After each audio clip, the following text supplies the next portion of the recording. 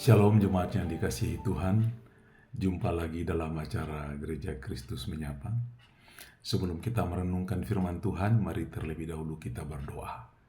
Bapa di surga, kami bersyukur pagi hari Tuhan berikan kepada kami sebagai hari baru untuk menikmati semua kasih karunia. Kami ingin merenungkan firman Tuhan. Roh Kudus menerangi hati dan pikiran kami supaya kami mengerti dan memahami firman-Mu. Dalam nama Tuhan Yesus Kristus kami berdoa. Amin.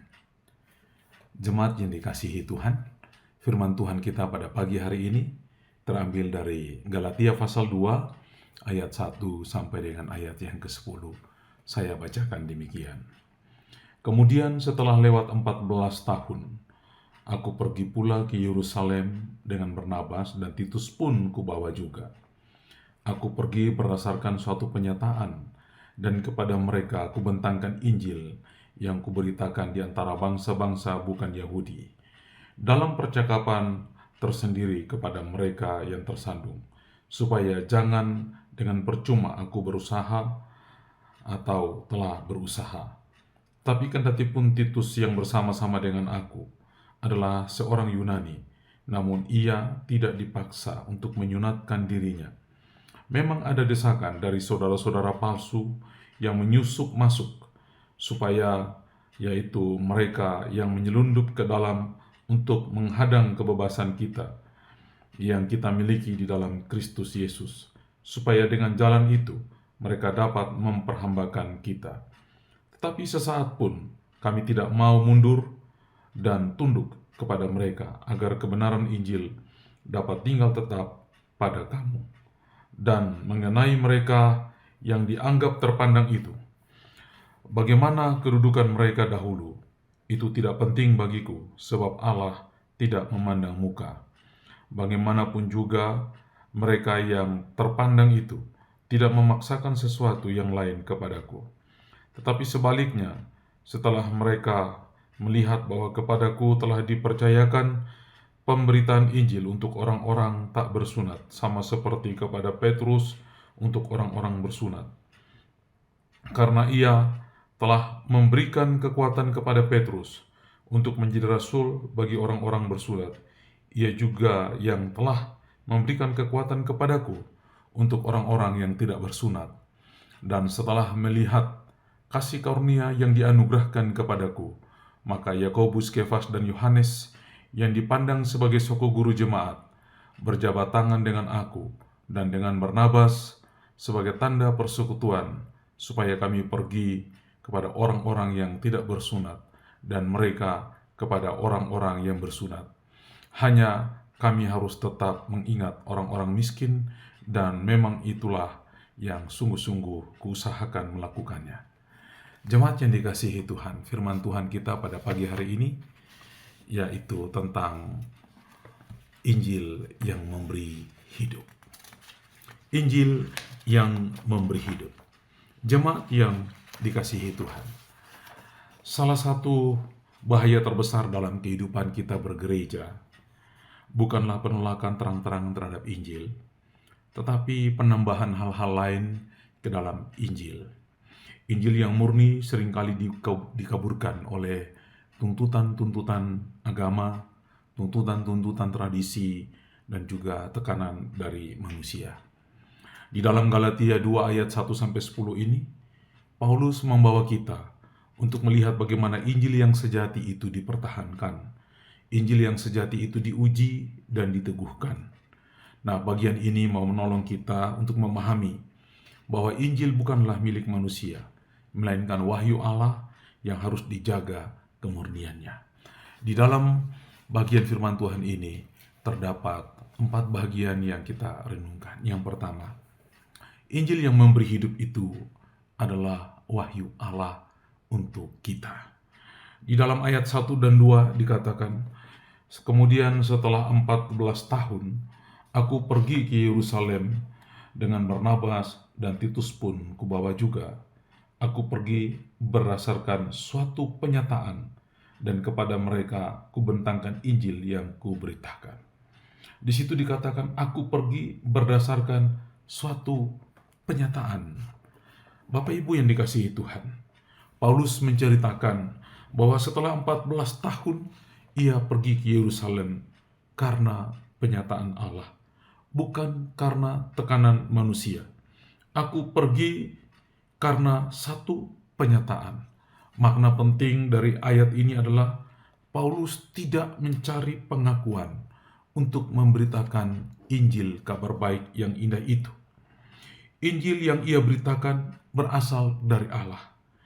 Injil yang ia beritakan bukan berasal dari hasil diskusi satu teologi, tetapi itu adalah satu penyataan Allah. Sekalipun Paulus yakin akan Injilnya, Paulus tetap rendah hati untuk menjelaskan bahwa Injil itu adalah penyataan Allah kepadanya. Jemaat yang dikasihi Tuhan, sebagai pelayan Kristus, kita harus melandaskan panggilan kita kepada kebenaran Injil yang indah.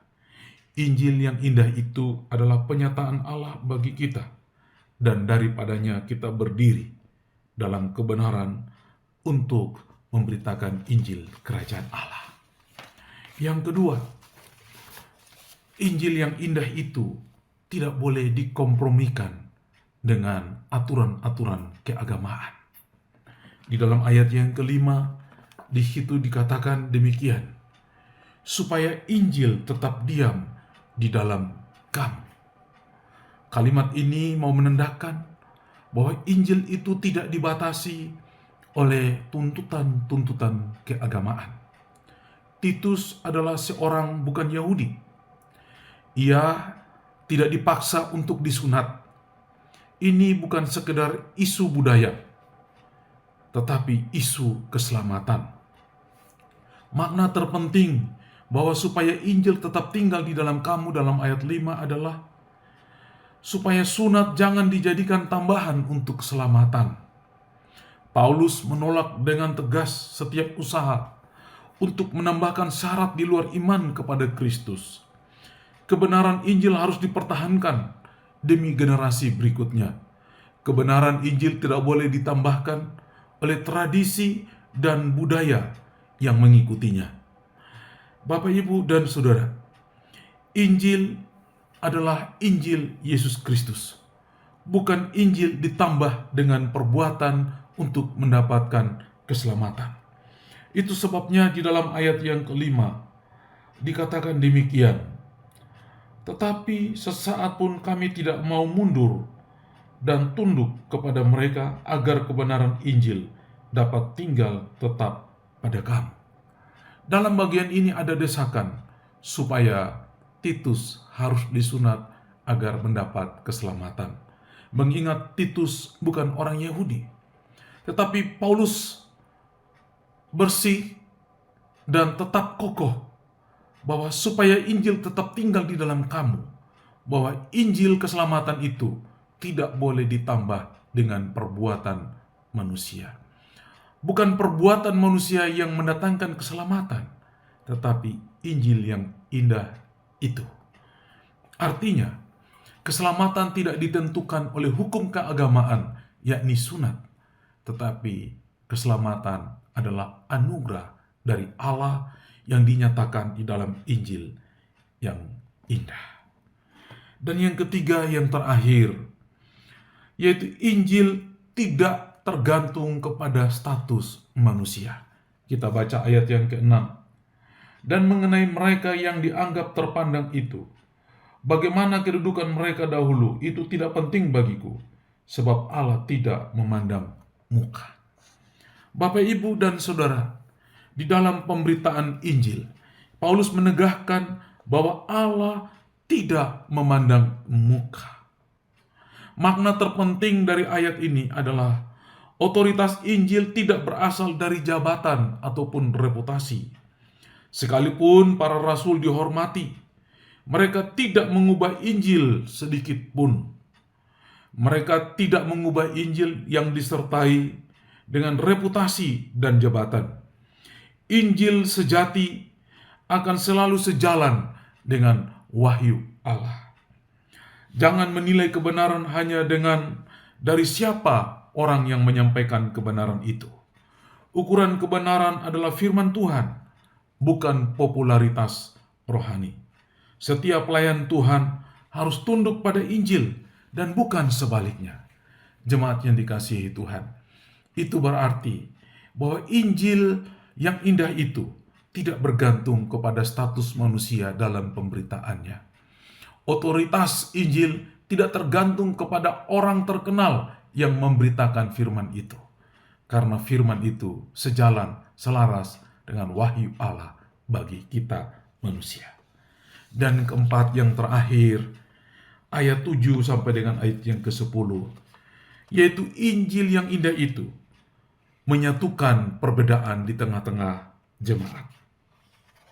Di dalam ayat yang ke-7 sampai ayat yang ke-10 itu, Rasul Paulus mengakui bahwa ia dipanggil kepada bangsa-bangsa lain, sementara ada juga rasul yang dipanggil untuk bangsa Israel yang sudah bersunat. Namun di dalam ayat yang ke-9 itu diberikan kesaksian yang menarik. Dan setelah melihat kasih karunia yang dianugerahkan kepadaku, maka Yakobus, Kefas, dan Yohanes yang dipandang sebagai suku guru jemaat berjabat tangan dengan aku dan dengan Barnabas sebagai tanda persekutuan, supaya kami pergi kepada orang-orang yang tidak bersunat dan mereka kepada orang-orang yang bersunat. Injil memiliki satu tujuan, sekalipun ada keperbedaannya, tetapi Injil menyatakan bahasa yang satu, yaitu bahasa keselamatan. Injil satu, tetapi pelayanan mungkin bisa berbeda. Tidak ada persaingan antara Yakobus, Kefas, Yohanes, dan Paulus. Tidak ada persaingan. Di dalam Injil ada kasih dan kepedulian. Di dalam Injil ada kepedulian dan kasih kepada orang-orang lain. Dan Injil membuahkan persekutuan yang sejati. Perbedaan pelayanan bukan alasan untuk perpecahan. Injil yang benar menghasilkan kasih yang nyata. Iman yang hidup akan terlihat dari kepedulian kepada mereka yang membutuhkannya.